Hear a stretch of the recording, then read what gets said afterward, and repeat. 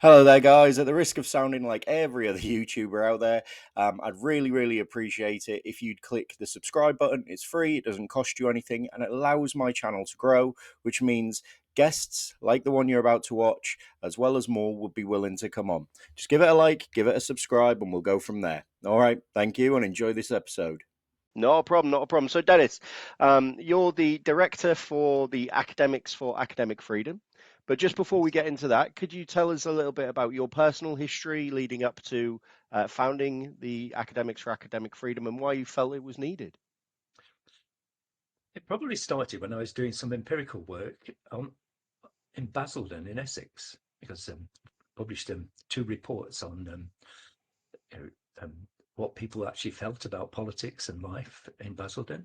If you know Basildon, it's the bellwether constituency. So it's the one that used to decide which way the elections would go. Yeah. And but why we were interested in it is it has more skilled workers than any other town in Britain. They work at Ford's, and they're quite skilled. It's not a depressed place. And so we interviewed them about what they felt about life, and we found that they had tremendous aspiration. They weren't defeated. They felt, they wanted to have an education. They were very keen on a higher education.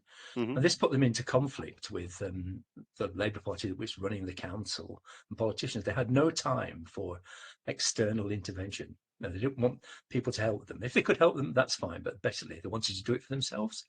It had a spirit. It was once described as a little bit of America in Essex.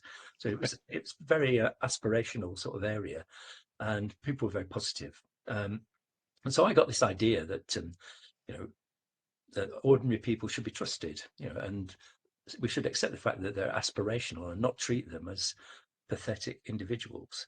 Mm. So when we published the first report with Demos, it's called the Mood of the Nation. It was very influential, and people actually did I think the Sunday Times did a report on it, and they put a picture next to the book of sort of a family that were fat and squalid and just lying on couches. So they were trying to count, and that was the idea that you were pathetic individuals that we tried to counter in the book, and did over 500 interviews. So I always had this idea that we should promote positivity in everything we do. So when I went into teacher education, I was in further education, teacher education, and I didn't find I didn't find the way that people thought about students and student teachers and pupils acceptable. They always presented them as vulnerable, as victims, as people who needed help, who couldn't cope. And so, having experienced teaching on the ground in special schools and in further education, higher education, you know, I started to write about it. And out of that reflection and research, Kathryn Ecclestone and I produced a book called The Dangerous Rise of Therapeutic Education, which is tremendously influential. It's in a second edition now as an educational classic. And that challenged the idea that that children and young people can't cope. There were lots of, and we did it through lots and lots of examples and lots of research, and that has been the background to a lot of my work. It's defending the idea that ordinary people are aspirational and can cope. So I was writing articles in the early 2000s for the Times Higher, and I was in a column in FE Focus, and so was somebody called Roy Harris. Roy Harris was the Emeritus Professor of General Linguistics at Oxford. And to Right. give an example of the titles, he was writing articles that had the best one. I recommend it if you can find it. It's Speaking Out for the Right to Speak Evil. Right? And I'd written some called Here Come the Touchy-Feely Brigade, i.e. the people who say, I'm offended by what, wasn't my title, but they used it. But the idea that I'm offended, therefore you're not going to be able to say anything. So we were writing these things, and then he phoned me up and we thought, he said, what should we do? We keep writing these things, but what effect does it have? So we met at a long dinner in Oxford. And Roy Harris is the sort of intellectual that makes your brain hurt, 2 hours, challenges everything you say. And so we decided that we'd write a statement. This was in October 2006 that academics could sign up to. And I still think it's a very important statement. And when I had a job interview a few years ago, people said, "What's the most important thing you've written at interview?" And the person chairing it said, "Well, you keep mentioning all these books and articles, but what about the academic freedom statement? Isn't that the most important thing you've written? Because it's only short." But I know it off by heart. So it says, the beginning of it says that academics, both inside and outside of the classroom, have unrestricted liberty to question and test, receive wisdom, and to put forward controversial and unpopular opinions, whether or not these are deemed offensive. So that was very prescient. It's 2006. It hit the headlines just about Christmas time. It's written up in the Times Higher, which is very influential. Then the headlines were, "Academics demand the right to be offensive," because we never did that. we did. And I said, there is no right to be offensive. It's just that if your ideas are taken as offensive, there shouldn't be a reason for silencing them. No, I think everything should be on the table, shouldn't it? And in an academic space, whether it be a school or university, ideas should clash and be discussed. And that's always been my view of it. And it's the one thing that doesn't happen. That's the, and happens in the university. There are a couple of things about the statement that are different from most statements. We took out have freedom within the law. So you find that every free speech group and the Office for Students also, you have freedom of speech, but only within the law, i.e. only what the state says you can say. Yeah. And so that was out. And then Roy said that often these statements have to put forward new ideas. And he said, "Well, what's wrong with a lot of old ideas? Old ideas are really good." So he took the old ideas out. So we've got people to sign up to it, and it had some influence. And we're writing articles. I got Roy to write for a book that I was editing on academic freedom, and we had conferences. And it's the same time, I was just to say this, that in 2006 I was the first joint president of UCU. So I had this conflict in my life of defending free speech with an organization that really doesn't want free speech. And they got in serious trouble because I'd written an article against the idea of institutional racism, just an academic sort of thing, but they didn't like that. But anyway, I survived that. So I've got a lot of trade union experience. And so what then happened is that we ended up doing lots of casework. And if you look on our website, we have something that's very influential called the banned list. So for the last 15 years, we've been just documenting cases where people have been banned for speech in universities. Right. So unlike the Free Speech Union, I'm on the advisory board and very supportive of it. We just deal with universities in the UK and Ireland. So we do both. And we just log them. We don't take sides. We say, we don't necessarily support the individual we put here or their views. Mm-hmm. Because if you go through it, people say, well, I don't like that person, I don't like that person, I don't like that view, but that's not the issue. The issue is they've been cancelled in some way or threatened with disciplinary action or sacked, various things happen. And quite often that people have pointed out that people on that list survive, so they don't necessarily lose their job. But of course, the process is the punishment. Of course it is, absolutely. Yeah. And that's only the tip of the iceberg of cases we deal with. While I was waiting, today I've had 3 more people wanting help and advice about things that are happening at universities, and it's a constant stream. And often it's because somebody didn't like what they said in a meeting. The case of Peter Portman, which is on the list recently, who's a professor of classics at the University of Manchester, and he was defending somebody in a staff meeting, and he started to argue about the use of words. So he's saying that words change their meaning over time and you have to be sensitive. And he used the N word as an example of how it changes its meaning. Right. And so he's now been suspended because he's a danger to the university. So because he used a bad word. What's usually defined as a bad word. Yeah, but the distinction, lots of people made this, the distinction between using the word and mentioning the word. Yeah. So he's engaged in a discussion about words. He's not using it in an abusive sense. But that's one example. But there are many of people doing very small things. I said to some of our members when we had our annual conference, I could keep the Daily Mail in front page articles for about 6 months with some of the cases, because some of them are absolutely absurd. One thing we found recently is anybody who shows any signs of patriotism, Yeah, they don't like it, do they? academics don't like that. So No. and since Brexit, that's the thing. But so we did lots and lots of casework, and we sort of put the statement on the burner and the back burner really. And then things changed about 2023 because Shireen Benjamin from Edinburgh, they'd had a lot of difficulty. They tried to show a film called Adult Human Female, Yeah. and they'd been attacked three times by UCU and trans activists, and they tried to stop the film being shown. It took them a long time and lots of legal battles to get the film shown, and arguments with the university. And Shireen said to me, "What should we do? These things keep happening." And so we thought, well, start a branch. Why don't we have an Edinburgh AFAF branch? And it's just an experiment.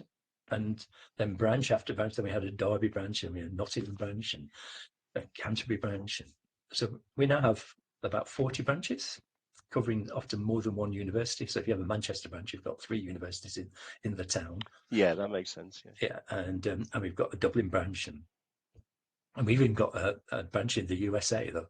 You know, it's the Foundation for Individual Rights and Education's patch, but they came to us. And so it's an experiment. So for 3 years, you know, we've been doing lots of things on the ground. I think how we work and how we're different is we don't have a membership fee, and we don't ask anything from members except that they do what they can to defend free speech and academic freedom. Mm-hmm. So, you know, some of them said, well, I don't do very much, but the very fact that they're there and people know there's an AFAF branch, it's where, and some of them are very active, they have lots of meetings and they communicate in different ways. And then it spread and we started to have student branches. And that's quite unique. And we're trying to make sure that they continue, because what happens with students, as everybody knows, they cease to be students. Yeah, exactly. So and then the branches, we, you know, on our website we have like our friends, and there's lots of student branches. Most of them don't exist anymore. So the idea is that we just have a network and keep it going. So we've had a lot. Just it's experimental because we've had a lot of postgraduate students, people doing PhDs who seem to be getting difficulties.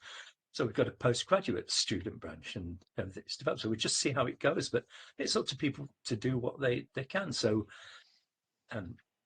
the Anglia Ruskin Cambridge University branch is very active, and they have meetings every single week and debates about all sorts of things. And Rachel Cutmore, who's now the national organizer, she started that when she was a first-year student.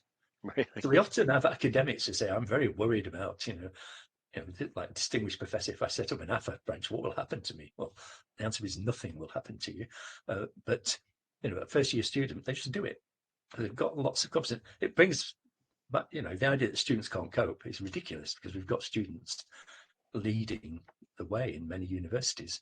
And a lot of our members are quite young. There's a real range of, from first-year students right through to distinguished and retired professors, which is a nice mix. So we can use it in every different pressure. But at the heart of what we do, and I just say this, is that we want to put free speech back at the heart of academic freedom, because you find lots of academics are dead keen on academic freedom. If it's freedom to research and teach and get a nice research contract, you have a nice comfortable life being an academic, but they don't want to challenge anything. They don't want themselves being challenged. So you often get, I'm happy about my free speech, but not anybody else's, and I don't want anybody challenging me. And if you think about how can you develop any discipline unless you allow free speech at the heart of it, because you wouldn't know if what you say is true. So Roy Harris, in one of his articles, said you never understand whether the propositions you're putting forward or the ideas you're putting forward are true unless you put them to the test of unrestricted critical scrutiny. Unrestricted critical scrutiny. And if you don't do that, you don't know whether your ideas are true. But of course, you've got a good research contract. You've got to do that. There's a story about the book, The Dangerous Spies of Therapeutic Education. It's published by Routledge, and we started out with a different publisher, which I won't name, and the commissioning editor was really excited about it. So he took it to the final stage, this book will be brilliant, and they said, no, we're not publishing that. if we published a book that argued for therapy in education, it would make a fortune, right? Everybody would buy it. But one that's critical of therapy in education is not going to sell. They were wrong, of course. She was furious, gave us all the reviews and said, take it to another publisher. So we did. It's been very successful and influential. But the idea that you need therapy rather than knowledge is at the basis of everything. And one of the arguments I put forward, I was speaking in Newcastle the other week about. They asked me to talk about free speech, and I thought, well, there's two things you say about free speech. First of all, it has to be free, so you don't want the classic thing. I believe in free speech, but, and then the book goes, but not for Tommy Robinson, but not for gender critical feminists, not for those I dislike. Yeah. And the other thing about it has to be about speech. And the classic cases, Oliver Wendell Holmes is a Supreme Court judgment from 1919, where he said the most stringent protection of free speech would not protect a man in falsely shouting fire in a theatre and causing a panic. So that Wendell Holmes thing has become, free speech doesn't allow you to shout fire in a crowded cinema, as you'd say now. Mm-hmm. But what's that got to do with speech? What about pressing a fire alarm in a crowded theatre or cinema? It does involve words, but it's really just the equivalent of pressing a button. So it's not speech in the proper sense where you're trying to put forward an idea. It's more of a signal. And I think that's the confusion, and people often confuse behaviour and speech. So when we're dealing with cases in universities, they will often say, well, it's not what you said. We think it was a bit unprofessional. So they're trying to shift it to behaviour. And people get offended about everything. It's a constant. Yeah, yes, they do. So, I remember. yeah. So we try and keep that, we're being called free speech absolutists, and that's true. Because when people accuse you of being a free speech absolutist, all it means today is you believe in free speech. Yeah. Well, yeah, free speech, no ifs, no buts. And then people find 1,000 counter examples of, would you allow free speech here? Would you allow free speech there? And free speech has the advantage, if people are saying things that are despicable, at least you know who they are. It's good to know who these people are rather than just silence them and let them go underground. So, yes, free speech. But even those fringe cases, whatever people think about them, it's really attack on the mainstream thing. You shouldn't say anything. And I've said many times, and it's still the case, you remember there's a free speech Supreme Court judgment that in the Equality Act, woman means adult human female. Correct. It's now the law. It could have gone the other way, of course, but it could have been woman means man. And you think, well, that should have really changed things, but it hasn't. It's actually got worse. People are really digging deeper and pushing trans ideology. And I thought once that Supreme Court judgment was made, that university vice chancellors and managers would have be brave enough to say, a woman is an adult human female. If you think that universities that are supposed to pursue truth, there's not one senior manager in any university that dare say that biological sex is real. No. I dread to think people studying biology these days. Well, it's true. We had one of our cases, one of the universities where it was a big problem in the biology department. Literally, people were frightened to say that in biology. I just noticed in the headlines that somebody has been jailed in Switzerland because they put out a tweet saying they're an archaeologist, that there are male and female skeletons. He's now serving time for that view. So you can imagine why nobody dare say biological sex is real. Because the whole institution would turn against you. We're living through a bonkers period in history, but it's very damaging for people. That's especially for young children. And people say, why do you criticize them? If you've got a concern for young people, the effects of gender ideology can be terrible. Mutilation of children is not acceptable.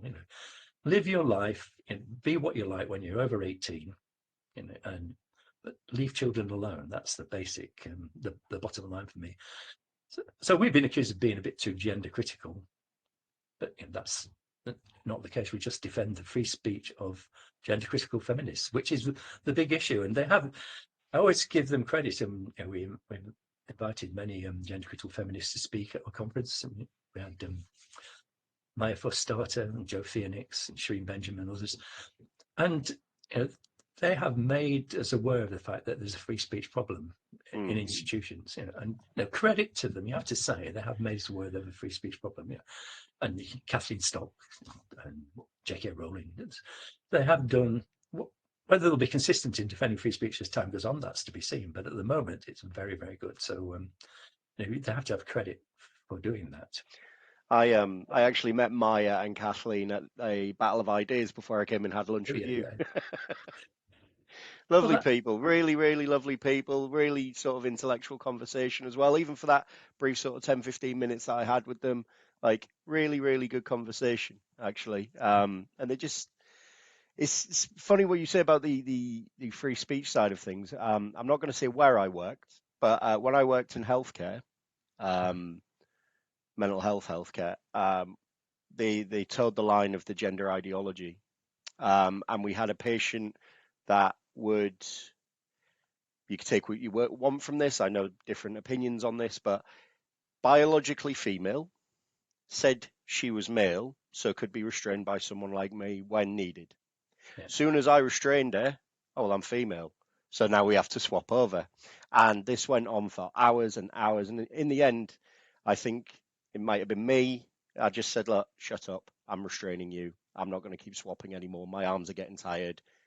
You're getting agitated. People around here are agitated. There's other people that need our care. And I got in trouble for that because I wouldn't kowtow to the flip of the dime sort of switching. And it was, in my mind, I mean, I don't understand. Obviously, I'm not trans. I'm a man. I was born a man.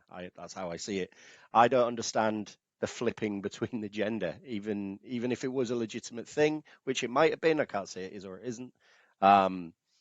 I just found it at the time to be, I think you're just doing this to cause trouble. Yeah, Maya made a very good point at our conference in November. She said, the issue about toilets and pronouns, it may seem trivial, but that's where the battle is. Once you accept that, you accept the use of pronouns, once you accept free use of toilets by people who claim to be men who claim to be women, then you've lost the battle. And I've often thought about why have all the institutions been occupied? And it's quite influenced by Joanna Williams. She wrote a book called How Woke Won. And she makes the essential point that it's an elite ideology. And I think, to summarize it, that people in institutions have no moral authority anymore. No. So gender ideology, which is absurd, it's a lie, is a way of saying to everybody, you may think, there is equality, but what about trans people? They need protection. They're the oppressed group, and it gives them authority. It taps into my therapeutic education thesis, because the world sort of shifted into instead of managers and staff, it's almost and teacher and pupil, it becomes therapists and the people who need therapy. So it's therapist client.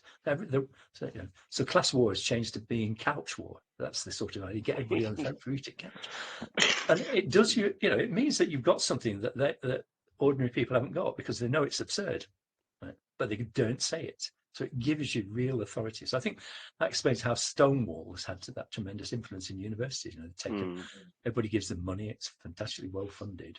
And they've got nothing. People have made this point many times. They won the battle for gay and lesbian rights, and then what do you then do? No, they had to keep going, didn't they? So they moved on to the next sort of, pardon the term for anyone listening, but they jumped on the next bandwagon, which was the trans. Yeah, I think that, but it's I mean, we mustn't be too concerned about this, because the freedom to say anything can be criticised in universities. I've made the point, because I'm in education, as being a former professor of education. In teacher education, for instance, everybody believes in student-based education, not knowledge-based education. So Kathryn Singh, for instance, the strictest head teacher, but That's it. behind her strictness, and she keeps playing this down, but it's a knowledge-based school. It teaches subjects, it teaches all the sciences, it teaches history and geography and languages. So it's like a traditional public school, grammar school, and that's the basis of its strength. But mention that you rather have that than some sort of therapeutic approach where you have all your pupils sitting in circles. Circle time is always the strange sort of activity. It just makes you feel happy. You spend time in a circle to know to what purpose. It's always like I said, we had lots of examples in the book about I mean, the circle time example we actually saw where somebody came in and they were really happy. And they said, as a woman running it, they were 5 or 6 year olds. Oh, why are you really happy? Why?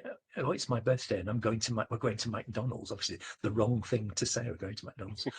So this conversation continues, and the woman running this group, which is just an ordinary class of in a nursery school, says, "Are you sure there's nothing worrying you?"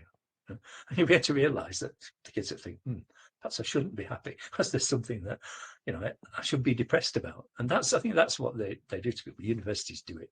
I mean, remember when you went to university, you had welcome week, but you had freshers week. Now it's welcome week, and everybody has to be happy, and That's it. nobody trouble. So, and they've adapted it to it because it gives them authority over the students.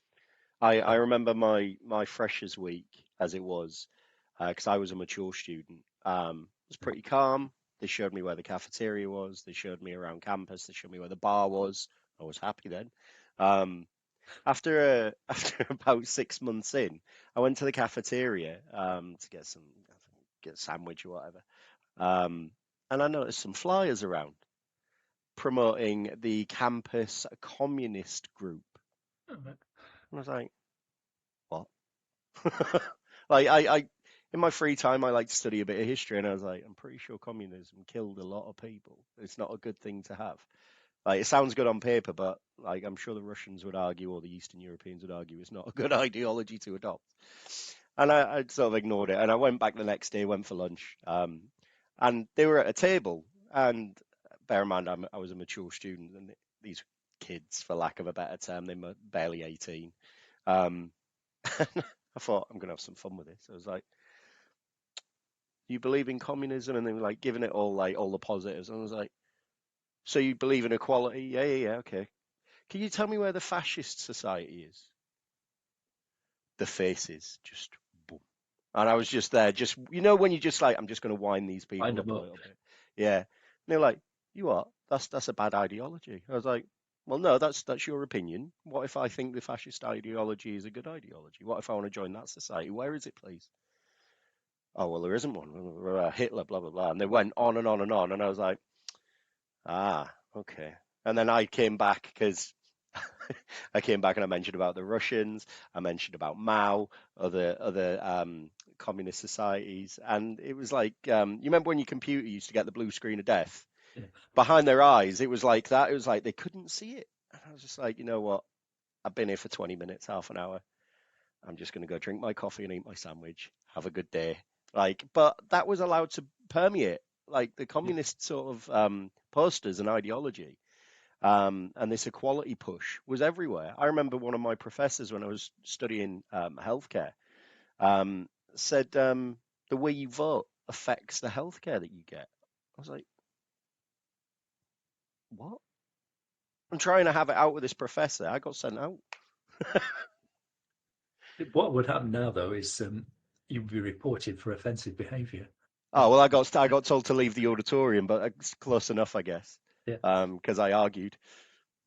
I always say to people, go around university and see what is on the walls.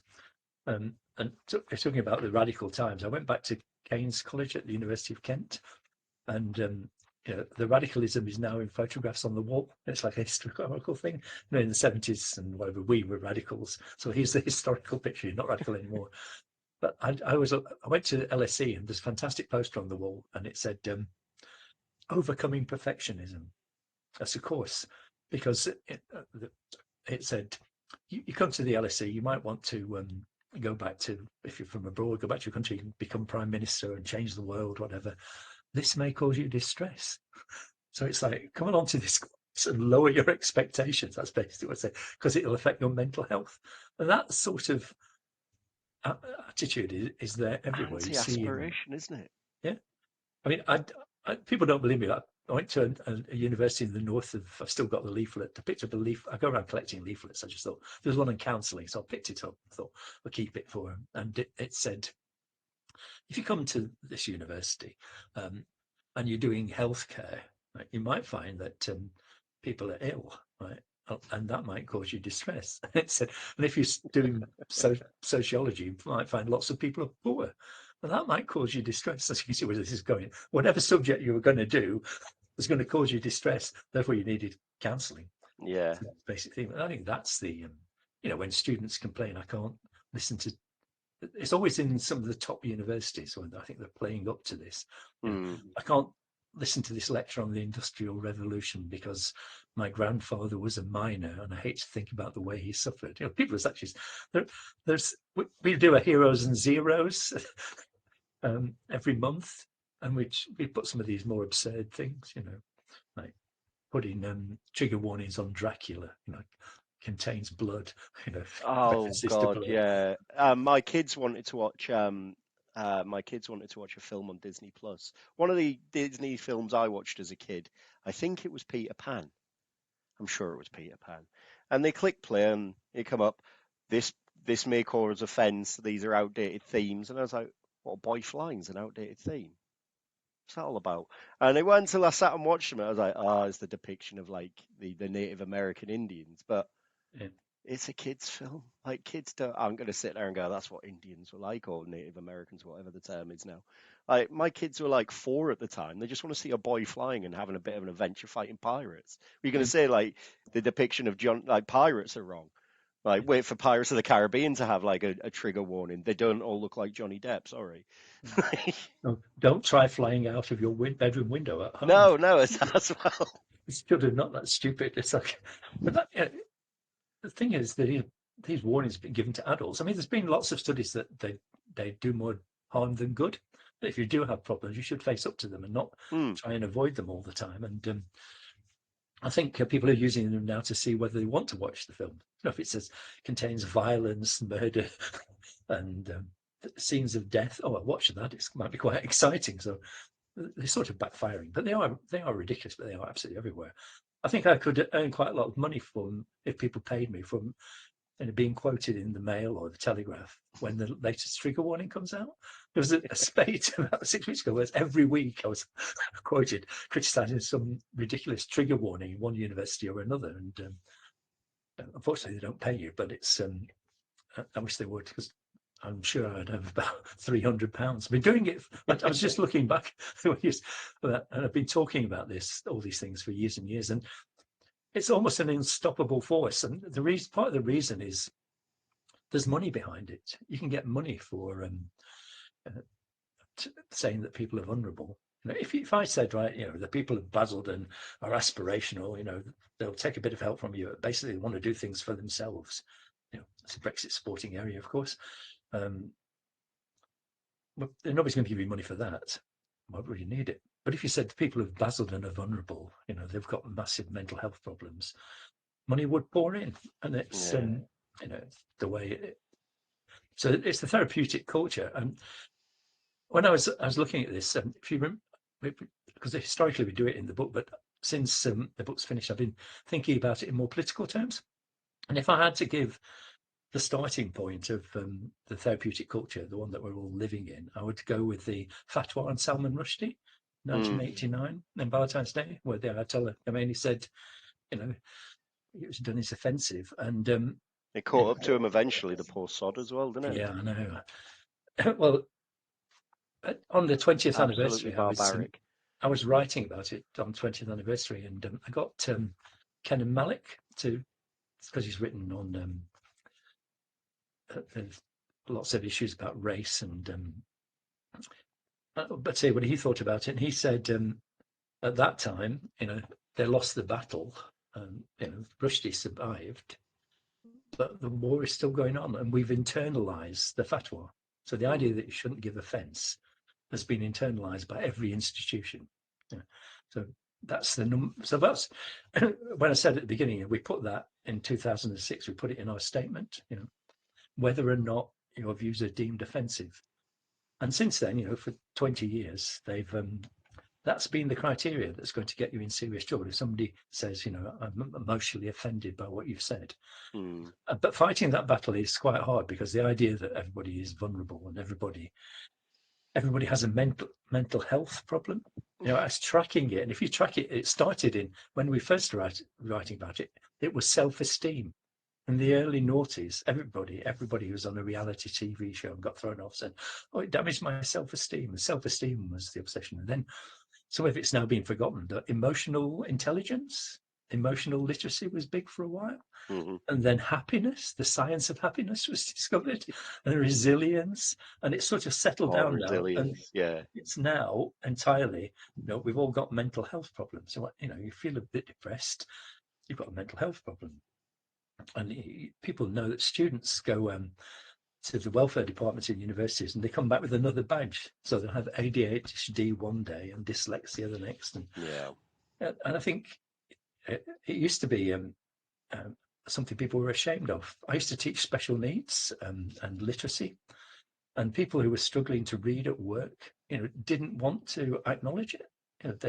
They wanted help, but they didn't want to go around saying, "Oh, I'm dyslexic." It was almost shameful not to be. It's gone the other way now, I think. Yeah. Everybody's dyslexic. Everybody's got ADHD, and but it is, to see yourself as mentally ill is something that is dangerous. It only gets worse. One of the issues I used to write, I once wrote something about bullying. Being bullied, just grow up was the title of the article.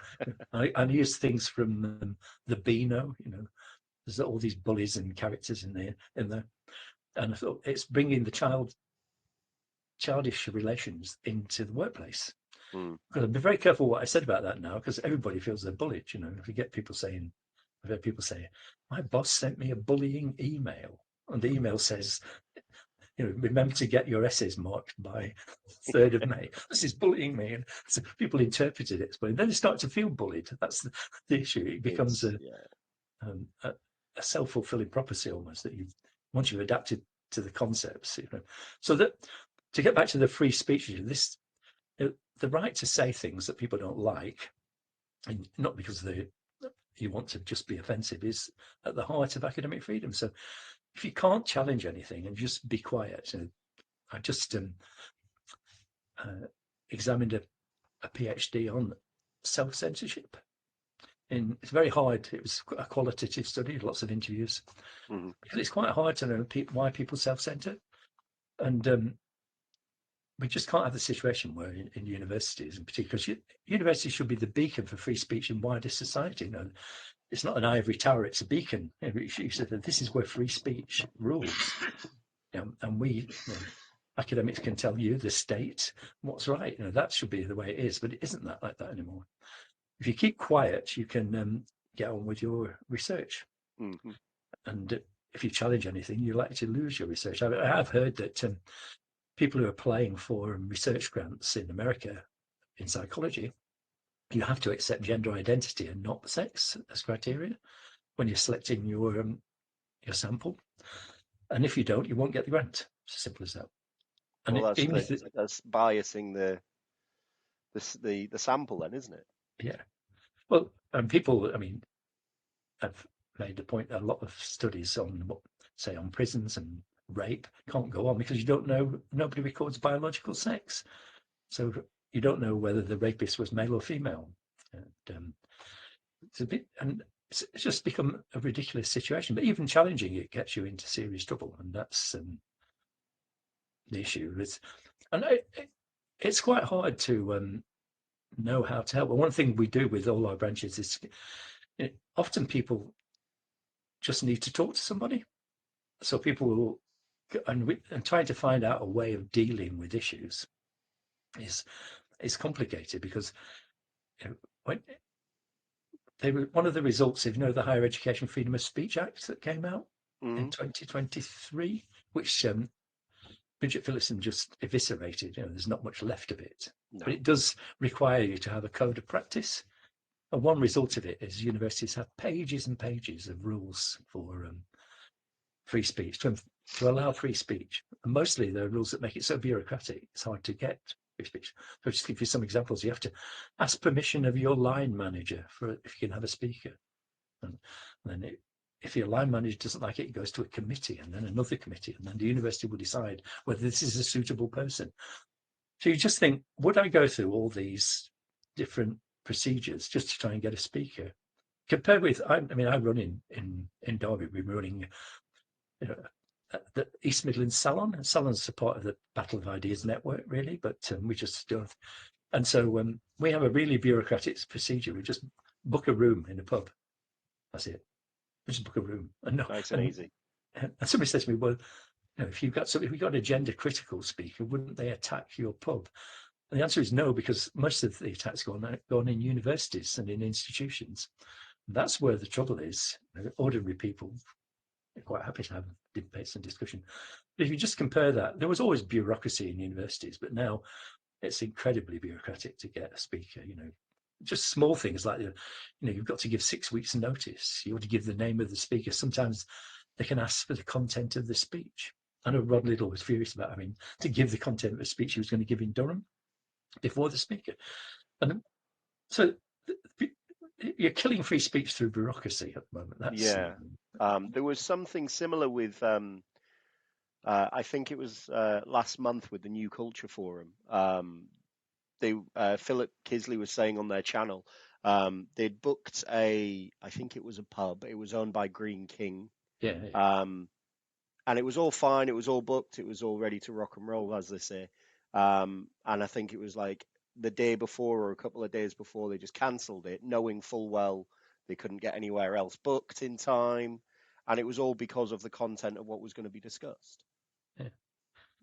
Well, Spikes are the best example when they were doing the film about being censored for your speech. And Rich Mix pulled them because they had complaints about the content didn't reflect their values. So a film about free speech is pulled.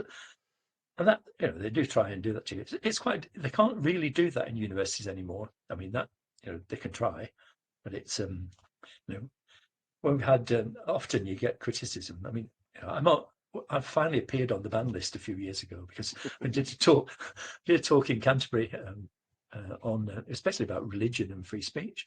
So, but some trans activists in the staff and got students, they'd researched everything and discovered we defended Kathleen Stock, big crime, when she was driven out of Sussex.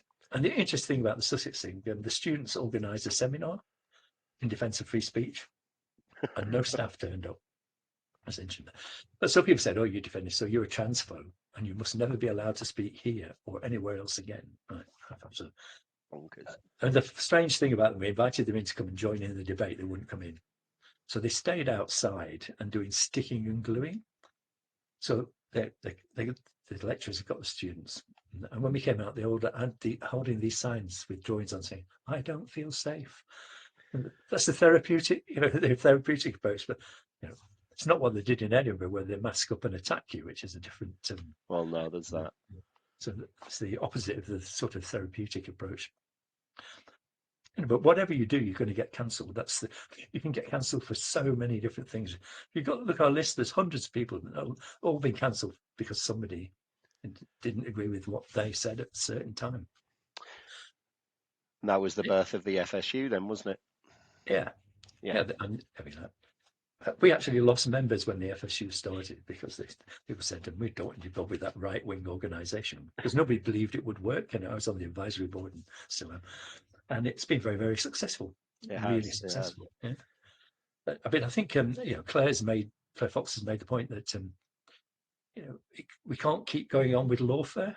You can't go into court for every single thing because it's very expensive.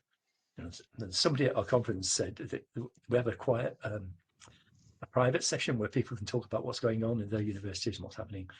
And there's one case where somebody said, "Well, you should sue your university." Well, people have no idea about how much time and money it costs them. You're looking at £120,000. So that's why I have all those GoFundMe. And and people like Joe Phoenix know that they're in danger of losing their house, everything, if they lost their cases. It's not as easy as people think, even with the Free Speech Union backing you. It's and what the hell you go through when you're going through this process. Not you shouldn't do, but you can't do that for every belief, for every statement. No, of course not. So you have to fight on the ground and trying to change the culture. So that's our main aim, and people are beginning to see this because the Higher Education Freedom of Speech Act has not been as effective. It's still it used to be that when it was first envisaged, there would be a tort, so you could sue your university if your free speech rights were undermined. But that's gone, and there used to be a complaints procedure, so you complain to the Office for Students, and that's not there yet. And we don't know whether there'll be a complaints procedure. So you don't know whether it's all going to work. But we have got lots of policies. And the irony of what our students were really furious because. The first thing that Phillipson did, one of the first things, was remove the students' unions from the Free Speech Act. So students' unions are the most censorious bodies are now not covered by the Free Speech Act. So sensible universities have bound them to their free speech policies, but not all. But technically, they're not bound by the need to promote and defend free speech. So, and they're the ones, ever since 1974, when they started no platforming, and that's where it comes from. They've become the most censorious bodies, and they do it all the time, and not always so publicly. Like somebody sent me when Charlie Kirk was killed, one university, I think somebody in the management team made a statement saying how tragic it was. Didn't have free speech. The students' union complained quietly, wrote a letter threatening them, saying we don't agree with any of the values of Charlie Kirk. You should not be putting out this. So all those pressures are still there. It never becomes public, but they're there all the time.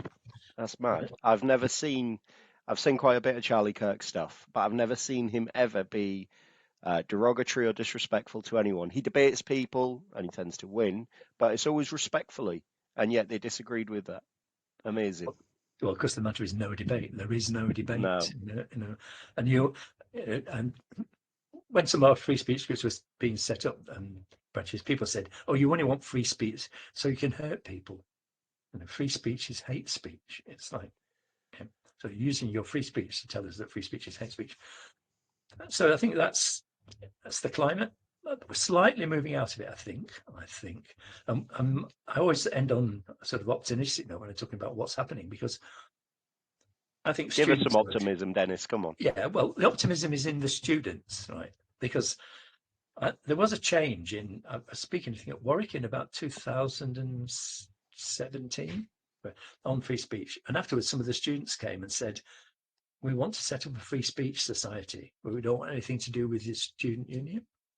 And I thought, oh, this is not what normally happens. And then there've been a whole series of groups being set up, free speech groups, and our own free speech groups. So I think students come to university and don't want to be told what to think. They want to think for themselves. And I see that change. And I think that's positive. It's not just one of those things that we've got to look to the youth. And somebody said at our first annual conferences that we need more young people. And next year there were mostly young people. It's like we need some older people. And somebody made a very good point. When in the first conference where they said you've got to have young people, because it's really important for the future. And somebody, I think from London, from the LSE, said that's completely wrong, because if established academics and lecturers don't stand up for free speech, basically you've had it. Put it in a much more blunt way than that, but you've had it. You won't have free speech. It's the duty for people who are there now to do it, so that you can benefit from it, not just say, right, we'll leave it to the next generation. That's an absurd situation. There won't be anything, there'll be no freedom left. And it was a good point, because it's too easy for academics to let themselves off the hook and say, so, it's great. You can say, oh, you get all these young people doing it. Very nice. Have a debate. That's good. But it isn't. That is good. But it doesn't let you off the hook for doing something and defending free speech yourself. And I think that's the importance of AFAF, in that we ask people to do what they can, and that means it's up to you. You've got the agency, and the potential to change things. You do it. Don't leave it for other people.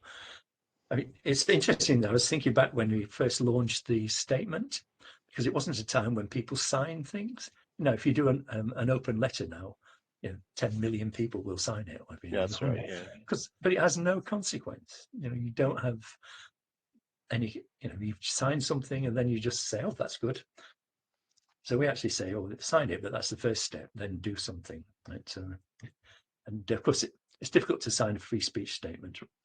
And we have, we put the names up, so sign it. This person signed it, and quite a few people still say, "Can we sign it anonymously?" Which I say no. And still, this is the one person who keeps coming back. Well, I'm quite happy to sign it, but can I not do it publicly? What the whole point is, it's a public statement that you support free speech, and there's still people worried about what would happen to them if they name. Well, there's nearly 2,000 people on this. No one has ever got into any trouble from it at all. So I wish people would take more notice. It's a sort of issue where people say, is there a trouble in universities? So look at the banned list. As people quote it now, it's quoted quite a lot in surveys. And Eric Kaufman recently did an analysis of it to show that things are actually getting worse. And you can see the shift from the no platforming time. It's very political in the early days, in the early noughties. People got censored for political reasons, and then it became emotional and your ideology, or if you're Christian, we get quite a lot of people who get disbelief having Christian views, and expressing them. There are famous cases as well, but it happens in universities with students, and we've spent quite a lot of time defending them. And I just wish sometime we could go public on all the cases, because you can't do it. That's my trade union experience. If somebody comes to you for help and you give advice and we do things, and you don't make it public, because unless they give you permission to do it, of course. It's very you're doing casework, and you protect their jobs. If they don't want to just be sacrificed because we get some good publicity from it, it's the wrong thing to do. And sometimes it's hard, because I keep thinking, yes, I've got lots of journalists. Here comes the front page of the Daily Mail. And it's true. I just we did once did a draft article. We've got lots of people who've been involved in cases that hadn't hit the headlines, and we talked to a Daily Mail journalist, and they had a 2-page paper we're going to have, but we wanted them to be anonymous, because people barely kept their jobs in some cases, and they wouldn't have it. In the end, they spiked it, and they said, "Well, we named them. We'll pay any fees or any costs." Yeah, but the careers could be gone, and we did it. I'm not really in favour of anonymous things. I just, if I was seriously attacked for my free speech, I'd go public straight away. Well, yeah, you would. Of course you would. Yeah. But that's how FIRE started, the Foundation for Individual Rights and Education. It started with a very famous case in America, where it was an internal procedure. I won't go into all the details of it, but the student involved was saved because they went public on it, and they said, the book's entitled, about the two authors, The Shadow University, about all things that go on in the Shadow University. And that's the university at which we inhabit. We deal with all these cases, and quite happy to make them public. And so that's always the test. Do you want to go public on it? But until very recently, we did one of the recent cases. The first thing we did was look at the policy, the free speech policy. Interestingly, that academics never look at policies unless they're part of the free speech. I gave a talk at, I think it was Queen Mary, on free speech, and I said, I looked at your policy page, and you've got 92 policies on your policy page. And they said, what page? So I was dealing with this case, and I said, what's it say in your free speech policy? Oh, I've not looked. So I'm looking. So but I think you're safe, because it says this, this, and this. Tell your line manager, look at the free speech policy. It says you cannot be disciplined for this. And it happens. So it's the same with Connie Shaw as a student. There's lots of people that. But it takes time. And one of the things I've said to people, why a lot of free speech groups, but free speech, don't take up cases, because they are time consuming. You get people suspended for a comment that somebody found offensive, and they have an investigation and then a disciplinary process. It can go on for months and months and Yeah, months. Sometimes you're suspended, like Peter Pullman in Manchester. Sometimes, you're just dragged through this procedure. And often you can get an informal warning or warning, 2 warnings, and you can be sacked. yeah, And the catch of the non-disclosure clauses that people used to have is if you make it public, it's another charge. So if you unreasonably make it public, which it would be if you made it public, yeah, of course. it's another charge. Then 2 strikes and you're out. So you're in more and more trouble. So you're in this network you have to work through. So if you say we've got about 10 cases that we've dealt with in the recent period, there'd be more cases this term. I was thinking terms this since October than we've ever had before. So the free speech regulations are in from August the 1st, and we get more cases, but people being cancelled it quietly.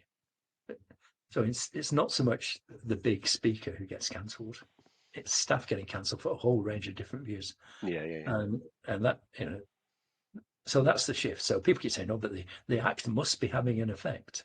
The effect is to put those cases that were perhaps more public in the past, into the shadow university.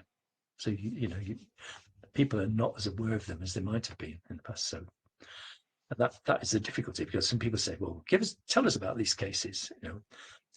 I tell you off the record, but not Yeah, but not on. Yeah, not online, because people's degrees, their jobs, their futures all hang on this. And if the first rule is, if they don't want it to be public, you don't make it public.